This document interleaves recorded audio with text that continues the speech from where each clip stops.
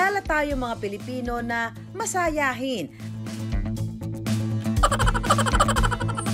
Kahit palugmok tayo sa problema, nakukuha pa rin nating ngumiti.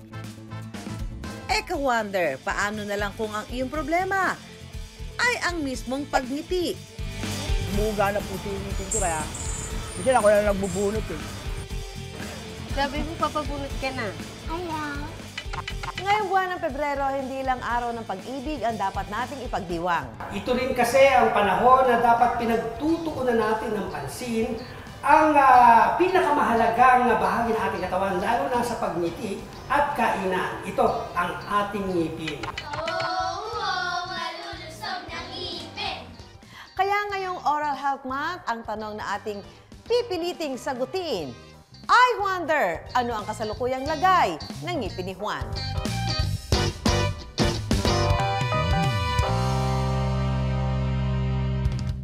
Sa pag-aaral na isinagawa ng University of the Philippines College of Dentistry, lumalabas na mahigit 90% ng mga Pinoy ang may oral health problem. Sa pangkalahatan, nangunguna ang ating bansa sa may pinakamalalang lagay ng pangangalaga sa ating mga ngipin.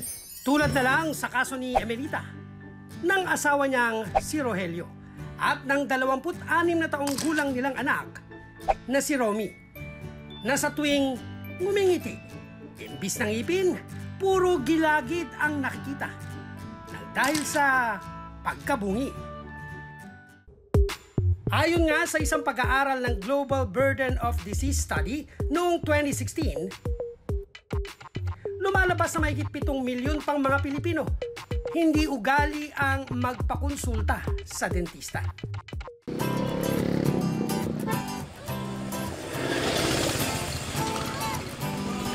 Sa mahigit 30 taon, ang maliit na espasyong ito sa tabing kalsada sa Pretil Tondo ang nagsilbing tahanan ni Emelita.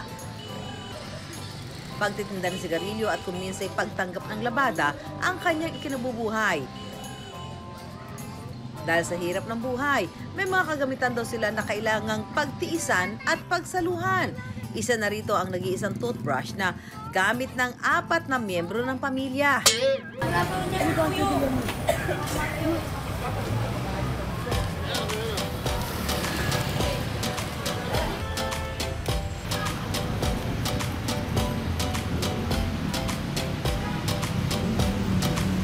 Pag wala po kaming tubig, dito po kami kumuha sa barangay. Pag naliligo po kami, si Pilyo dito rin po sa barangay.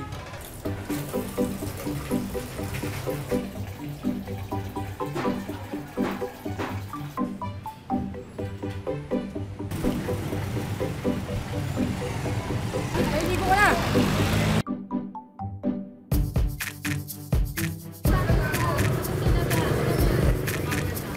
Hindi na ba? Ito naman. Oo ba? Mahigit 2 taon na naghahati sa iisang sipilyo ang mag-anak na kung minsan, hindi nga lang daw silang 3 ang gumagamit. Hindi, makakalimutan na ako ni Ate Melu. Marahil, ang iniisip ng marami, ano ba naman ang 20 pesos na sipilyo? Pero para sa mga kagaya ni Emelita, ang 20 pesos pagkain na sa kanilang hapag. Manugang ko po, anak ko po, asawa ko po. Kami, isa lang po talagang gusto namin atyati kami sa dipildo. Kami lang po nung gumagamit. 4 na po kami. Kaya ginagawa ko, isa lang po binili ko para ano.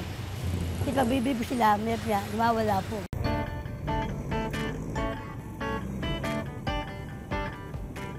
Pero kung minsan pa, ang mismong pagsisipilyo, ipinagpapaliban ng asawang si Rogelio. Eh, hindi na ako nagtutubras kasi hindi na ako pwede magtubras kahit nagitin ko po, namamagalaw kasi ngitin ko. Muga na po sinitin ko kaya kasi ako na nagbubunot eh. Hindi po ako hindi sa ganun laway. Okay lang po. Naubos sa budget, pangkain, sa pang-ano, ma'am. Isang bis na nakakabili ako, ma'am, isang 2, ma'am. Dahil ilang taon nang hindi nakapagpapatingin ng ngipin ng mag-anak, minabuti namin silang dalhin sa isang dentista. Masyado na pong makapal ang ating mga tartar na tinatawag. Unang sinuri ang mga ngipin ni Romay na ayon kay Dr. Bianca, karamihan dito kailangan ng bunutin. Ako medyo marami na po tayong kailangan bunutin, no? Sa taas po, 3 pa yung ngipin na natitira. Pero umuuga na rin po ito. Samantalang ang madalas na pagdurugo at pag-uga ng ngipin ni Rogelio dahil naman sa gum infection. Nagkukos po ng pagdurugo niya is yung meron tayong tinatawag na inflammation o yung pamamaga ng gums natin. Ang nagkukos po kasi nun is yung sobrang kapal na plaque and calcular deposits na nagsasurround dun sa ngipin. Nahihirapan na po tayong kumain nun eh. Kailan pa po ba naging nawala yung ang ngipin natin? Tagal na po tayong... At dahil iisa na lang ang natitirang ngipin ni Emelita, pagpupustiso ang rekomendasyon ni Dr. Bianca. Makapal na yung mga calcular deposits sa ngipin nila and yun din ang nagkukos ng pamamaga and yung pag-bleed ng gums ni tatay. Possible na nag-cause din nun is yung pag-share nila ng toothbrush and another factor is yung napabayaan yung hygiene. So, kailangan 2 to 3 times a day para ma-prevent yung mga ganong scenarios. Bibigyan ko po kayo ng kit. Hindi po kasi pwede yung nag-share ng toothbrush kasi nga, yung pwedeng yung bacteria, pwede kayong mahawa rin sa sakit.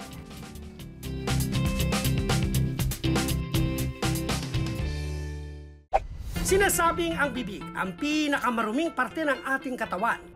Kaya kung maghahati sa paggamit ng sipilyo, imbis na makalinis, maaari pang maipasa ang bakterya sa mga gumagamit nito. Kaya paalala ng mga dentista, dapat daw 1:1 lang o isang tao lang ang dapat na gumagamit sa kada sipilyo. Pero I wonder, para sa mga tulad nila Emelita, na walang sapat na pera para pagtuunan ang kanilang oral health, may serbisyo bang maibibigay ang gobyerno? May mga programs po tayo, especially sa mga health center. Depende po sa age group. So we provide services, mga basic oral health care services na binibigay po natin. Depende po sa edad po.